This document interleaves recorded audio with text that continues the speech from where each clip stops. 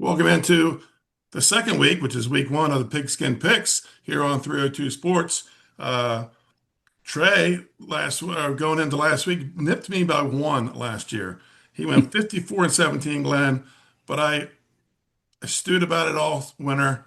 I went a perfect 8-0 last weekend and looking for more. Twitter Phil last week went 6-2, so he's kind of opened the door for you, Glenn, here in week two. So let's go ahead and let's get the game started. First of all, we are brought to you by Compete Event Management. Our Pigskin Picks brought to you by Compete Event.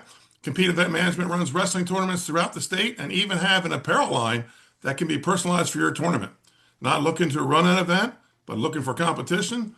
Compete Events are always where you want to be. They're well run and organized. Their next upcoming event will be the Primal Showdown on September 24th, 1st at St. George's Votech in Middletown. So let's get started right here. First game to pick, two 0-0 teams, Trey. Friday night, 7 o'clock, Conrad and Milford. Yeah, the Rod Milstead era begins Friday night, and Milford's had a couple good scrimmage games. And they have a load of a running back in Greg Lockett. Uh, as a wrestling coach, I've seen him dominate the wrestling mat. He won a conference heavyweight title last year, and a knee injury had cut his previous football season short. So I feel like he's got a lot to prove, and I'm gonna take Milford at home here. Glenn, here you got Conrad and Milford. Yeah, season opener for both. The Red Wolves were 5-6 last year, Milford 4-6, but the Bucks lost five straight games to end last season. New head coach coming in and Rod Milstead. They could really use this season opener at home because after tomorrow night, four straight games on the road, and it doesn't get easy. Indian River, Woodbridge, Del Mar, Odessa. I think Milford needs this one, and I'm going to go with Trey and pick the Bucks. All right. The first game for Coach Rod Milstead, he has had two high school stints in Maryland, but most recently was at Delaware State. He brings that college experience with him to lead the Bucks. Conrad, they tend year in, year out to start off hot, then taper off towards the end of the season, which makes this an interesting game. But I like Milford at home to get the win. So let's move to game two, the battle for the bone. Brandywine and Laurel at 6 o'clock in Brandywine. Trey, who do you have? Yeah, like you said, it's Battle of the Bone, and Laurel's won the last five games. But Brandywine does return a lot of playmakers from their semifinal team last year. And Laurel's reloaded. Simple as that. They found a way to reload again. But they do have a tendency to start off slow and they turn it on in the second half. We've seen a lot of years past. And this Brandywine team appears to be different from years past. So, I mean, it makes for an interesting game, makes for a fun Battle of the Bone. Both teams going to have to play four good quarters of football. I'm going to take Laurel on the road. Glenn, who do you have in the battle for the bone? Yeah, I tell you what, Brandywine did not surprise me getting a win over Mount Pleasant last week. The score did, though, 30-0. And if you're the Laurel Bulldogs, you better keep an eye out for Darian Griffin. He's solid on defense and special teams. He blocked two punts last week in that win over the Green Knights. Having said all that, I'm going to go with Trey again. I like Laurel on the road to beat the 1A Brandywine Dogs. And Brandywine is loaded with returning talent, while Laurel, they're a bit depleted by graduation. Laurel has owned the bone, winning all the games in this early season rivalry, but one. Uh, Chase Parlant returns at quarterback for Brandywine, and he's got playmakers to sling the ball around to. There will be a lot of new faces and new names in key roles for Brandywine or for Laurel. Brandywine was a whisker away from reaching the Class A finals last year, falling in overtime in the semifinals. They're going to learn from that, and they're going to be a dangerous 1A team this year. But Laurel head coach Joey Jones, he'll have his dogs ready. This game is going to be an old school battle of the trenches. Advantage Laurel. The dogs from the South win here, and Laurel gets the game and keeps the bone for the fifth straight year. Let's go up north. First State Military, Wilmington Charter, afternoon game, 4 o'clock kickoff in Wilmington. Yeah, it's a bounce back game for First State, and they're traveling right back to Wilmington again this week. It's Charter's first game. Charter's home. It's an early start. Those things kind of can benefit the home team, but I like First State Military to bounce back here. I'm going to go First State. Glad driving into Wilmington for a 4 o'clock kickoff. That's what the Bulldogs have to do. On a Friday too, huh? Right. With everybody getting out of Dodge and they're coming into Dodge. What concerns me for First State Military is even though they played with St. E's for 3 quarters last week and ended up losing, they lost several wide receivers in that game to injuries. Hopefully, there were none serious losses there, and maybe they get one or two of those guys back because First State likes to sling it around. They've always been a better passing team than a ground game team. So, yeah, having said that, they have a game under their belts. I don't think First State wants to go out of the gate 0-2. Going to be a tough road to hoe up at Wilmington Charter, but I do like First State Military to get the win here. Question here is, was last year just a fantasy season for First State? Are they set to take that next step forward? Big things happening there. Their field now is a stadium as they've Yep. added bleachers and a press box. There's going to be a sense of pride for the Bulldogs in their, or excuse me, a sense of pride for the Bulldogs when they get to their home opener. But this week they head on the road to Wilmington Charter, much bigger enrollment, uh, but lost a lot to graduation. First State went into the city and eked out a win last year against Wilmington Charter. Tomorrow night they bite the force again. First State Military gets the road, gets the win Friday night. Let's move to back downstate, another upstate downstate battle. I like to call this the Scrapple battle. Wilmington Friends and Woodbridge, 7 o'clock kickoff from Greenwood. Yeah, Woodbridge hung tough with a much improved Caesar Ronnie team last week. And this week they played a team more their size, both physically and in the depth chart. Both, as many kids and both their size physically. It's a post Tattersaw era that's beginning for the Quakers as well. So that's something new we haven't seen in a long, long time. No Tattersaws there. So with that being said, I like Woodbridge at home here. I like that they hung tough with Caesar Rodney. Caesar Rodney's gotten a lot better as a teacher up there and coach myself. So I like Woodbridge here. Glenn, they have been playing this game every year for quite a while, except for the COVID year. Who do you got? I'll tell you what, there's been some exciting games between these two. I think Trey brought up one good key right there. No Tattersall involved in this game for the first time in decades. I think that's going to have something to do with Wilmington Friends in this game. Marvin Dooley, he's not going to go out of the gate 0-2 without a good fight. So go with a home team here and the Blue Raiders. Headed down to the suburbs of Greenwood for the Scrapple battle. For the first time in decades, like you guys said, no Tattersall head coaching on the coaching staff. Welcome John Schropp as the Quakers' new head coach. He was an assistant, so he's familiar with the team. Will we see any changes or new wrinkles here? Delaware legend Marvin Dooley will welcome him downstate.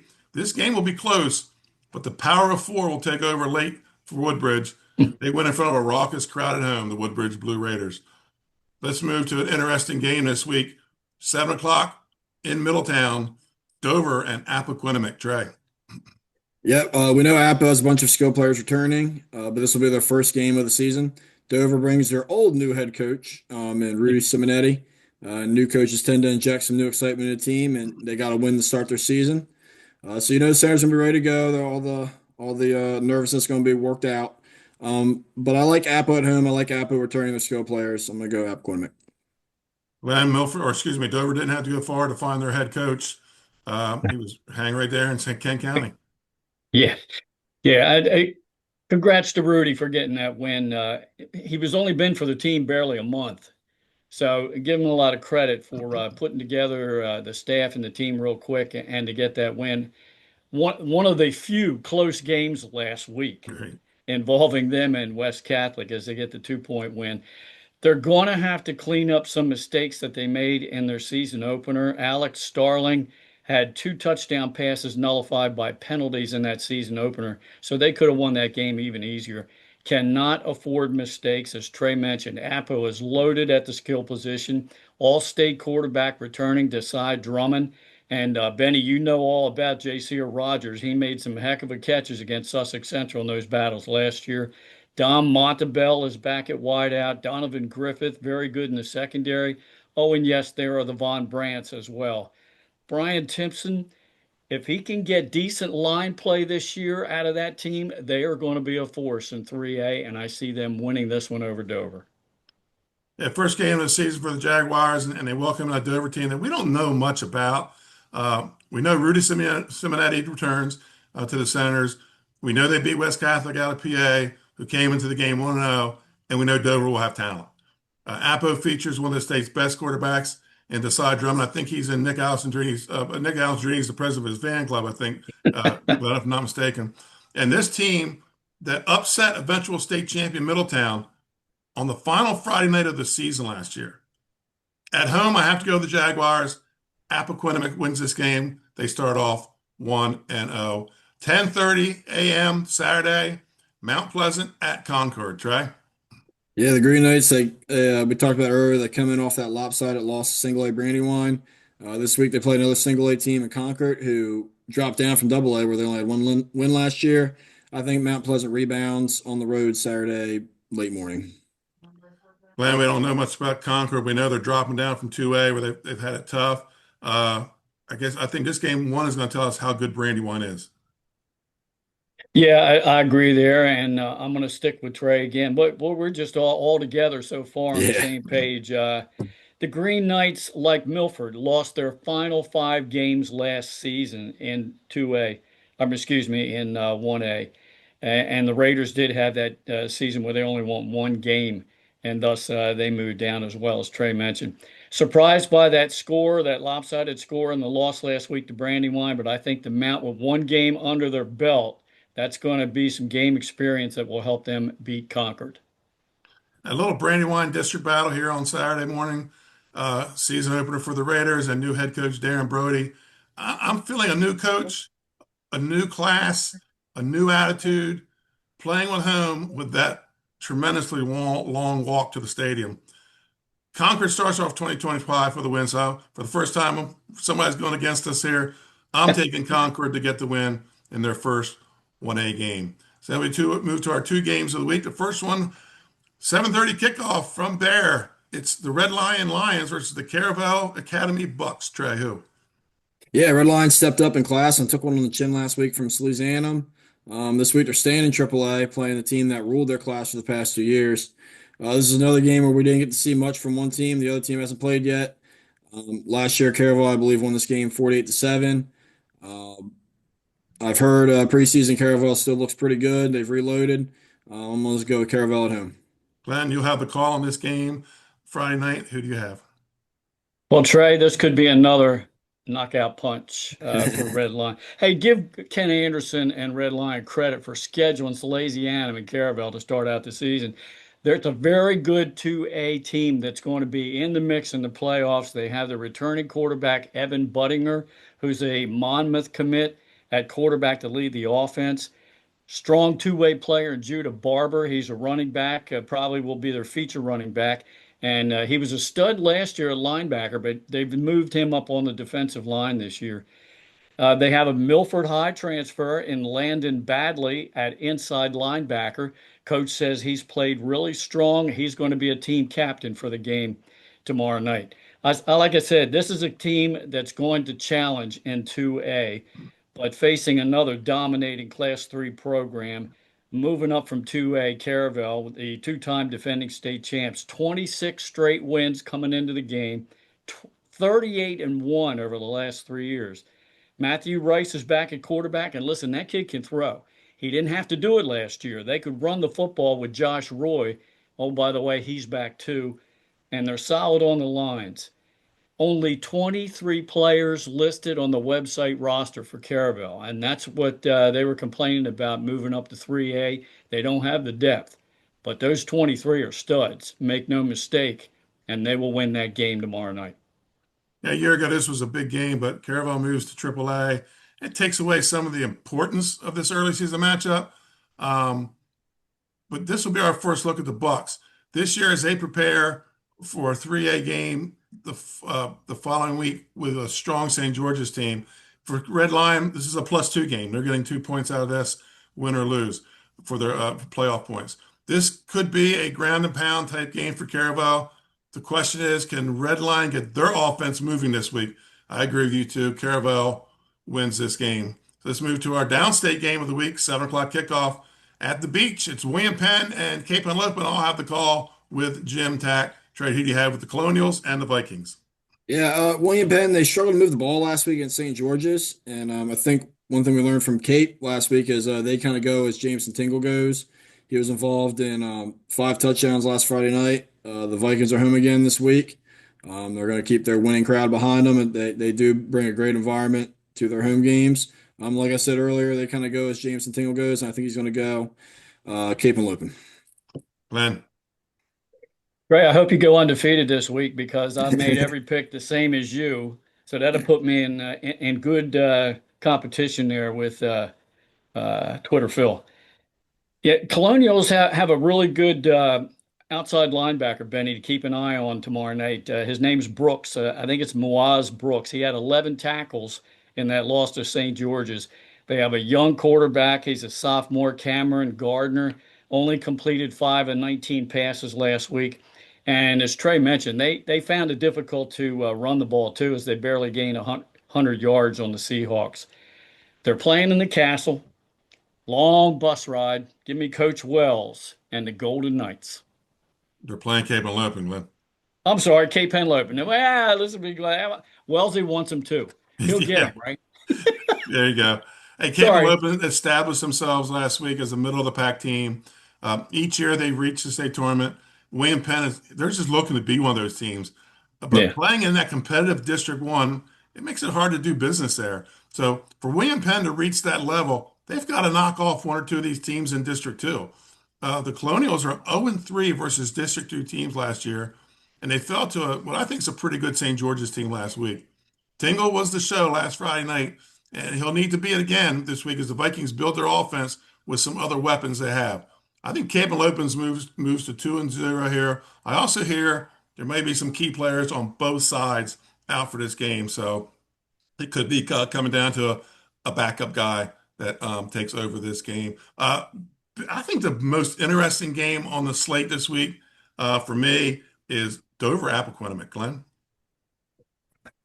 Yeah, that's going to be interesting. I just think Apple has too much offensive firepower for Dover and Coach Simonetti and the young team. So I don't see that being as a very close ball game. A lot of these other ones, though, Conrad, Milford, Laurel, Brandywine, I mean, First State Charter, I think they're all really close games and pick them. And we'll see. We'll see as it progresses. And uh, sorry, Coach Knapp. I didn't mean Coach Wells was playing your opponent. Trey, you've been to some of these Wilmington Friends Woodbridge games. You've been to them at Woodbridge. You've been to them at Wilmington Friends. I can't think of a game that wasn't too competitive between the two. Yeah, you kind of read my mind. I was thinking Wilmington Friends Woodbridge. Had the pleasure of watching tons of their games. They're always competitive. I know we talked about the no Tattersall era beginning, but I still think Wilmington Friends going to be a well-coached team. I'm sure those guys have left a legacy there. We know what Marvin Dooley does with Woodbridge. I think it's going to be another great game. Um, Fans are going to get in for a show. It's going to be fun. And if it wasn't a 10:30 start on Saturday, a lot of the Blue Hen conferences moved down to single A. Mount Pleasant Concord, I think, is going to be a very, very interesting game as they both move into 1A now. A lot of chatter about Newark Charter. As you saw, Glenn, they are a good team.